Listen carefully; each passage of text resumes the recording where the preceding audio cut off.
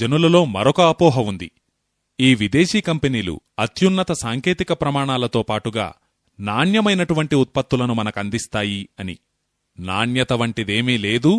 ఎన్నోసార్లు ఈ కంపెనీలు విషాన్నమ్ముతూ ఉంటాయి నాణ్యత పేరుతో. ఉదాహరణకు పెప్సీకోలా, కోకాకోలా అనే 2 విదేశీ కంపెనీలు మన దేశానికి వచ్చాయి. 2 అమెరికాకు చెందిన కంపెనీలే. అమెరికా నుంచి మన దేశానికి దిగొచ్చిన ఈ కంపెనీలు మన దేశంలో అమ్ముతున్నదేమిటి? సీసాలో నీటిని నింపి అమ్ముతున్నాయి సాఫ్ట్ డ్రింక్ పేరుతో. సీసాలలో నింపి వీరమ్ముతున్న నీళ్లు విషంతో సమానం. ఎందుకు? ఈ పెప్సీకోలా, కోకాకోలాలు తయారుచేసే చల్లటి పానీయాలన్నిటిలోనూ sodium benzoate, potassium sorbate, phosphoric acid, citric acid, butylated hydroxy anisole, beta carotene మొదలైన ఎన్నో అత్యంత ప్రమాదకరమైన రసాయన పదార్థాలు ఉపయోగించబడతాయి. ఇటువంటి హానికరమైన రసాయన పదార్థాలతోటే ఈ పెప్సీకోలా, కోకాకోలా వంటి పానీయాలు తయారవుతాయి. ఈ రసాయన పదార్థాలన్నీ స్లో పాయిజన్లుగా, క్రమముగా హాని తలపెట్టే విషపదార్థాలుగా పరిగణించబడుతూ ఉంటాయి.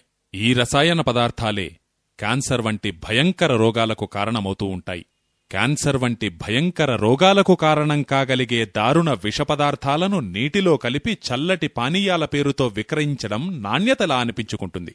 ఇక మరో విషయం, సామాన్యమైన శారీరక పరిజ్ఞానమున్నవారందరికీ తెలిసిన సత్యమేమిటంటే, మనము శ్వాస ప్రక్రియ ద్వారా నిరంతరం ఆక్సిజన్ వాయువును లోనికి తీసుకుంటూ ఉంటాం, కార్బన్ డయాక్సైడ్ను బయటికి వదిలిపెడుతూ ఉంటాం. కాని ఈ సాఫ్ట్ డ్రింక్స్ అన్నీ, ఈ చల్లటి పానీయాలన్నీ కార్బన్ డయాక్సైడ్తో తయారవుతాయి. వీటిని సాంకేతిక పరిభాషలో కార్బోనేటెడ్ వాటర్ అని కూడా అంటూ ఉంటారు. అంటే ఇవన్నీ కార్బన్ డయాక్సైడ్ కలిసిన నీళ్లు. కార్బన్ డయాక్సైడ్ను శరీరం నుంచి బయటికి వదలాలని, ఆక్సిజన్ను లోనికి తీసుకోవాలని శరీర విజ్ఞానం మనకు తెలియజేస్తోంది.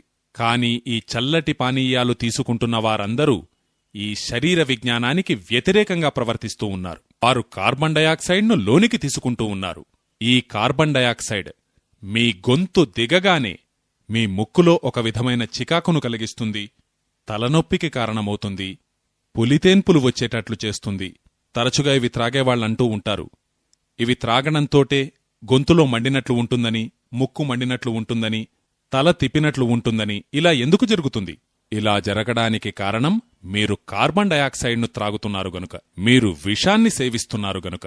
శరీరంలోకి ఇటువంటి విషపూరిత పదార్థం ప్రవేశించినప్పుడల్లా శరీరం సహజంగా స్పందిస్తుంది. ఆ ప్రకృతి సిద్ధమైన ప్రతిస్పందన ద్వారా శరీరం మీరిది సేవించవద్దు అని తెలియజేస్తుంది. కాని మీరు మాత్రం ఇదొక నాణ్యమైన ఉత్పత్తి అంటూ దాన్ని త్రాగుతూ పోతారు. కనుక వాస్తవం పూర్తిగా విరుద్ధం.